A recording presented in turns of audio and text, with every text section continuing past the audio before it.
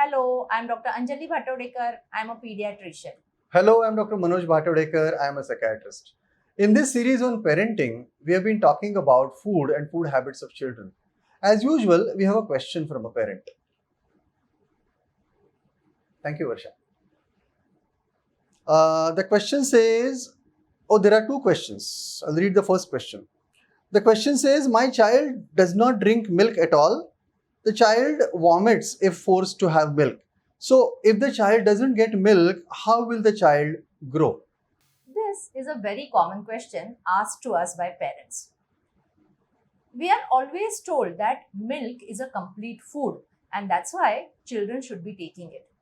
Actually, this is true only in the very young children. We all know that young children up to 4 to 6 months of age should receive only breast milk exclusively. And after that, we start introducing weaning foods. And by the end of 1 year, the child starts eating all the food that is cooked in the house. Now, what about milk? Many parents feel that every child should drink a certain amount of milk. Is this really required? Let us examine the scientific facts. Scientific facts say that as we grow older, our capacity to digest milk, that is, the enzymes which are needed for digesting milk, start reducing.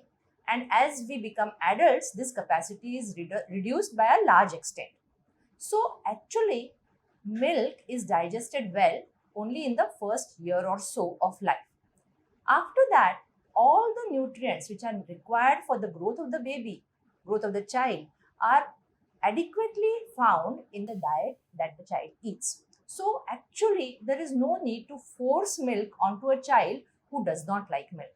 We often find that if the child doesn't like milk and the parents insist that the child drinks milk, this sort of vomiting is very common. So, let us examine the nutritional content of milk. What happens if the child does not drink milk at all? If the child is eating well, all the nutritional constituents that are there in the milk can be obtained from the food that the child is eating.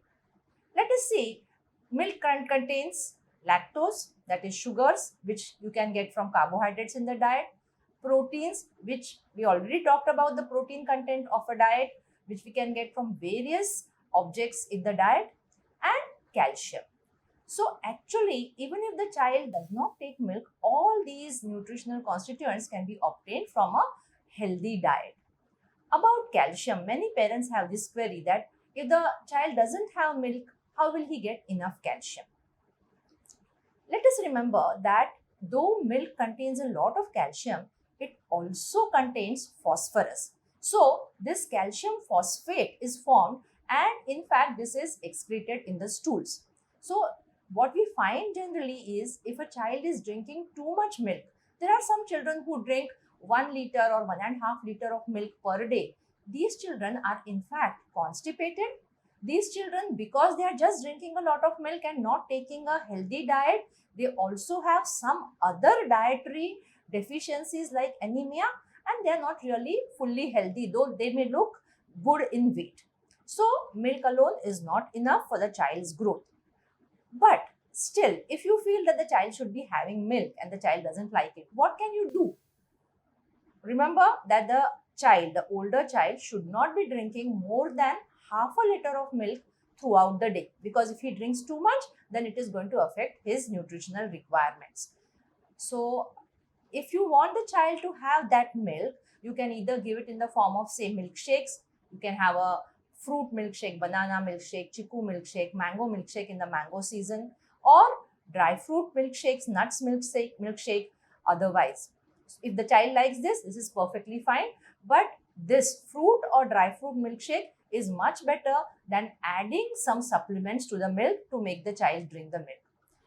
The other thing is, if the child doesn't drink milk but he likes curds or yogurt, that is also good enough because they contain all the constituents that the milk contains. So it's not necessary to force milk onto them.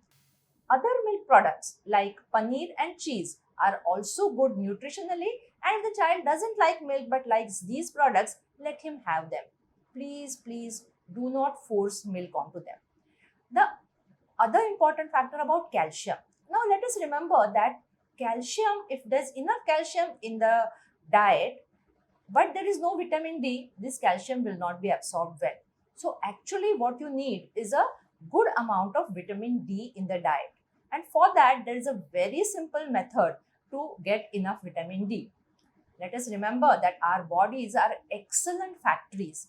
And if we expose a child or even an adult to the morning sunlight, our skin can produce vitamin D in enough quantities that are absolutely enough for the growth and development of the child. So, even if the calcium content is a little on the lesser side, if vitamin D is enough, the calcium requirements are met because whatever calcium is there in the diet is absorbed very well through this vitamin D.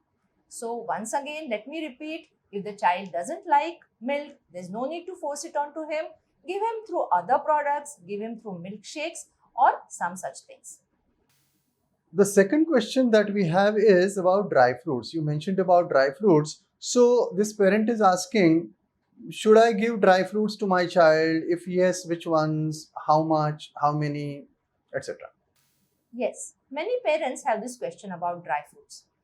Dry fruits are excellent sources of proteins, nutrition, and that too in small quantities. So, for those who can afford it, it is good to give dry fruits to the child. But two things to be remembered. One is the dry fruits are very costly, especially the nuts. So, if you can afford it, it's perfectly fine. But if you cannot afford it, there is no need to go out of the way to buy dry fruits or nuts. Even chana, sing, your groundnuts, chickpeas, they are good enough as a protein source for the children. The other thing to remember is whether the child likes the dry fruits or not. Let me tell you a story of one of my patients. I had told the mother that yes, dry fruits are good for the child's health, and this mother every day would give the child a pack of dry fruits. After a couple of months, when the mother was washing the sofa covers, she found that all these packets were really put inside the sofa covers and the child was not eating them. Later, it was found out that this child did not like dry fruits at all and the mother was sort of forcing it onto him. So, first find out if the child likes dry fruits. Remember that dry fruits are also very good in good fats, which are really good for the health of the child. So, dry fruits are good. How much to give? If the child likes the dry fruits, you can give 2 or 3 pieces each of cashew nuts, walnuts, almonds, dry anjeers, etc. But see that the child really likes them and then only decide how much to give. More about food in our next session.